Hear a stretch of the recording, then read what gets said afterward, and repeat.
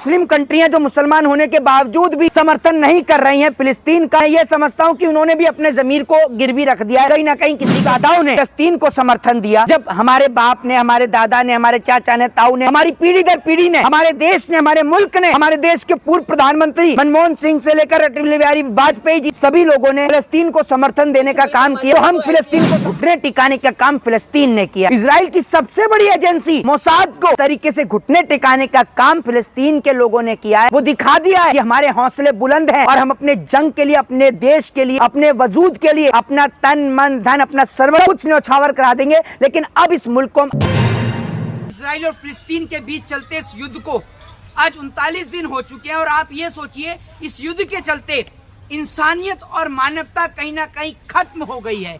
वो लोग आज जो सपोर्ट करने का काम कर रहे हैं, वो जो इजराइल को सपोर्ट करने का काम कर रहे हैं, उनको ये नजर नहीं आ रहा कि किस प्रकार से इजराइल मासूम और छोटे छोटे बच्चों का खून बहाने का काम कर रहा है।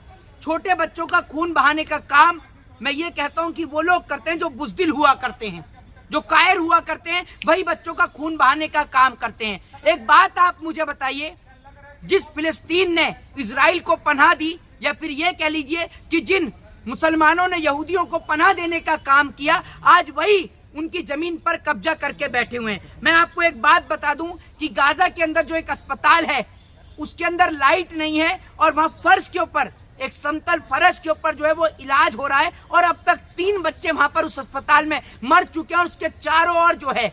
आपको एक बात बता देता हूं। पहली बात तो ये कि आज वो मुल्क जो समर्थन कर रहे हैं इजराइल का, मैं ये समझता हूं कि या तो वो यहूदियों से डर रहे हैं या फिर वो इजराइल जो कि हब है बिजनेस का, उससे पैसा कमाने के लिए अपने जमीर को बेच चुके हैं। 2 ही कारण हैं। दूसरी बात यह कि आज जिस तरीके से कुछ मुस्लिम कंट्रियां जो मुसलमान होने के बावजूद भी समर्थन नहीं कर रही हैं फिलिस्तीन का, मैं ये समझता हूं कि उन्होंने भी अपने जमीर को गिरवी रख दिया है कहीं ना कहीं किसी के पैरों में। कफन भेज रहे हैं मुस्लिम देश। देखिए मैं आपको एक बात बताता हूँ, सुन लीजिए मेरी बात रही फिलिस्तीन की, तो एक बात मैं आपको बताता हूँ, जंग जो है वो हथियारों से नहीं लड़ी जाती है, जंग लड़ी जाती है हौसलों से। और हौसले जो हैं वो फिलिस्तीन के बहुत बुलंद हैं। आज पूरे देश के अंदर कोई हिंदू माँ है, अगर वो भगवान से पूजा कर रही है तो पूजा करते में वो यही कह रही है कि फिलिस्तीन जो है वो जल्द से जल्द आजाद हो और फिलिस्तीन जो इस जंग को लड़ रहा है वो इस जंग को जीते। अगर कोई मुसलमान है तो वो दुआ कर रहा है फिलिस्तीन के लिए, क्योंकि जिस तरीके से इस जंग के दौरान छोटे छोटे बच्चों को मार दिया गया, बड़ी बेरहमी के साथ मारा गया, एक बड़ा सवाल खड़ा होता है और लोग ये कहते हैं कि भारत देश के लोग फिलिस्तीन को क्यों समर्थन दे रहे हैं। तो मैं उनको एक जवाब दे दूं कि जब हमारे बाप दादाओं ने फिलिस्तीन को समर्थन दिया, जब हमारे बाप ने, हमारे दादा ने, हमारे चाचा ने, ताऊ ने, हमारी पीढ़ी दर पीढ़ी ने, हमारे देश ने, हमारे मुल्क ने, हमारे देश के पूर्व प्रधानमंत्री मनमोहन सिंह से लेकर अटल बिहारी वाजपेयी जी तक सभी लोगों ने फिलिस्तीन को समर्थन देने का काम किया। खबरें तो ऐसी आ रही है कि बैकफुट पर है इजराइल, समझौता करना चाह रही है हमास से अपने नागरिकों को रिहाई के लिए। हाँ, वो तो सबको दिख ही रहा है। आप ये समझ लीजिए फिलिस्तीन ने जिस प्रकार से इजराइल के छक्के छुड़ा दिए, क्योंकि मैं आपको पहले ही कह रहा हूं कि जंग जो है वो हथियारों से नहीं लड़ी जाती। अगर हथियारों के बलबूते पर जंग लड़ी जाती तो अब तक इजराइल जीत चुका होता। जिस इजराइल को अमेरिका का समर्थन मिल रहा है, आप सोचिए वर्ल्ड की सबसे पावरफुल कंट्री, लेकिन आप ये सोचिए उस इजराइल को घुटने टिकाने का काम फिलिस्तीन ने किया है। इजराइल की सबसे बड़ी एजेंसी मोसाद को जिस तरीके से घुटने टिकाने का काम फिलिस्तीन के लोगों ने किया है, वो दिखा दिया है कि हमारे हौसले बुलंद हैं और हम अपने जंग के लिए, अपने देश के लिए, अपने वजूद के लिए अपना तन मन धन, अपना सर्वोच्च सब कुछ न्यौछावर करा देंगे। लेकिन अब इस मुल्क को हम आजाद दोनों की लड़ाई में जनता पिस रही है, मौत तो बच्चों की हो रही है।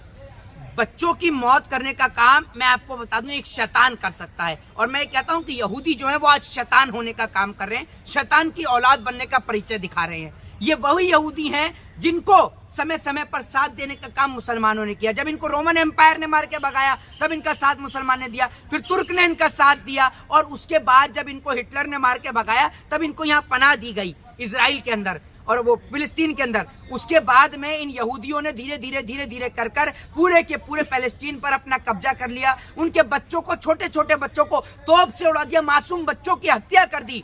मैं आपको एक बात बता दूं, उसके बाद ये लोग जो हैं वो इंसान नहीं हो सकते। अच्छा मोहित शर्मा जी, आप शर्मा जी होकर हमास के गुणगान गा रहे हैं जी, मैं फिलिस्तीन का साथ दे रहा हूं और इसलिए दे रहा हूं। एक बात मुझे बताइए, मेरे धर्म में कहीं पर भी बच्चों को मारना नहीं लिखा और हमारे देश ने सदैव सच्चाई का साथ दिया है, सदैव इंसानियत का साथ दिया है। हमारे देश के पूर्व प्रधानमंत्री माननीय श्री अटल बिहारी वाजपेयी जी ने भी इस बात को खुले मन से कहा कि जिस प्रकार से इजराइल ने वहां के जो अरबी मुसलमान है उनकी जमीन पर कब्जा कर रखा है, वो उन जमीन को जल्द से जल्द रिहा करे। ये बात हमारे देश के प्रधानमंत्री अटल बिहारी वाजपेयी जी ने भी कही। इजराइल के सड़कों पर ये नागरिक इजराइल पीएम के खिलाफ है, इस्तीफे की मांग पे अड़ गए हैं। चारों तरफ से इजराइल के जो प्रधानमंत्री है वो घिरे हुए हैं। वो इसलिए घिरे हुए हैं ना क्योंकि वो लोगों को मरवाने का काम कर रहा है, खून बहाने का काम कर रहा है। भाई किस जंग में बच्चों को मारा जाता है?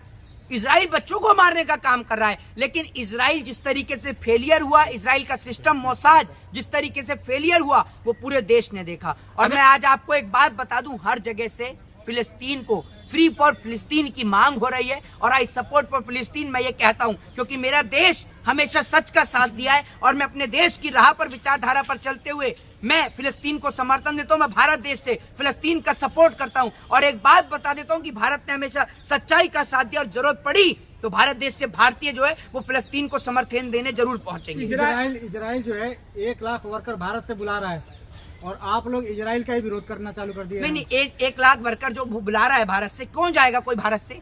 भारत अपने आप में एक सक्षम देश है। ये तो हमारे देश के कुछ लोग ऐसे हैं जिन्होंने भारत देश को बेचने का काम किया, भारत देश की इकोनॉमी को जो है वो डुबाने का काम किया। वरना भारत एक शक्तिशाली देश है और अपनी शक्तिशाली होने का परिचय भारत देश ने एक बार नहीं कई बार दिखाया। 1966 में ताशकंद समझौते के दौरान दिखाया, 1972 में पाकिस्तान के 2 टुकड़े पाकिस्तान और बांग्लादेश करके दिखाया और जरूरत पड़ी तो भारत अपनी ताकत का प्रमाण जो है वो एक बार फिर दिखाएगा फिलिस्तीन का साथ देकर। इस जंग में किसका नुकसान हो रहा है? इस जंग में इंसानियत का नुकसान हो रहा है क्योंकि ये लोग कायर लोग हैं, यहूदी, जो बच्चों को मारने का काम कर रहे हैं। बच्चों को मारने का काम इस देश के अंदर शैतान ही कर सकते हैं और इस बात का प्रमाण यहूदियों ने दिया है। और आपको बता दूं कि जो लोग कह रहे हैं कि ये जो इनके जो ब्रांड हैं, चाहे वो कोका कोला हो या और भी जो तमाम चीजें, उनको बंद करने से क्या होगा, तो आप जाकर देखिए और गूगल पर सर्च करके देखिए कि इनकी रेटिंग कितनी नीचे आ चुकी है। आपको पता चल जाएगा कि प्रोडक्ट को बैन करने से क्या हो रहा है। और आज